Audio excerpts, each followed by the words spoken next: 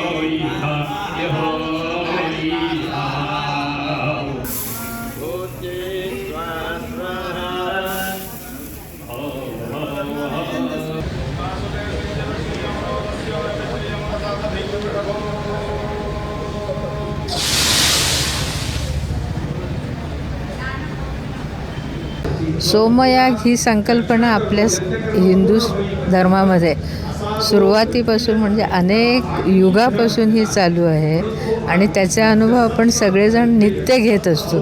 फक्त आता नवीन पिढीला याची माहिती नाही, ती करून द्यावी हा मुख्य उद्देश आहे। आणि निसर्ग जसा सूर्य जसा सगळ्यांना प्रकाश देतो, पाऊस सगळ्यांना पाऊस देतो, तसं सगळ्यांनी त्यालासुद्धा सहकार्य करायला हवं।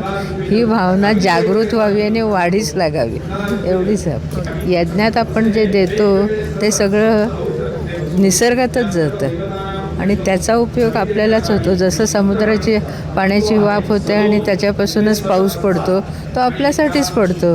त्यामुळे याच्यामध्ये जे अर्पण केलेली द्रव्य आहेत ती द्रव्य आसमंतात सगळी प्रसरतात, आसमंत शुद्ध होतो आणि सगळ्या जीवसृष्टीला, वनस्पती, प्राणी, सगळ्या जगातल्या सृष्टीला त्याचा उपयोग होतो। म्हणून हे करायचं आहे। बरं, ते काय अगदी भरभरून तुम्ही द्या असं काही कोणी म्हणत नाही। अत्यल्प दिलं तरी म्हणजे एक बीज लावलं तरी अनेक फळं येतात, तसे ते कार्य आहे। ते अविरत करावं अशी इच्छा आहे, चालू राहावं। शेवटी सर्वांशी सुख लाभावे अशी आरोग्य संपदा, कल्याण व्हावे सर्वांचे, कोणी दुःखी असू नये हीच भावना वाढीच लागेल। I came for the second time to Som Yag Yadnya. I was already in December in Latour and I liked it so much that I came one more time to Goa to experience this. I love it very much because I performed Agnihotra for 7 years and I was in Shivpuri 2014. So 5th time in India because I'm yoga teacher and interested in Indian culture and spirituality. And when I come to Som Yag Yadnya, I feel big energy and I feel so clean and happy, really happy.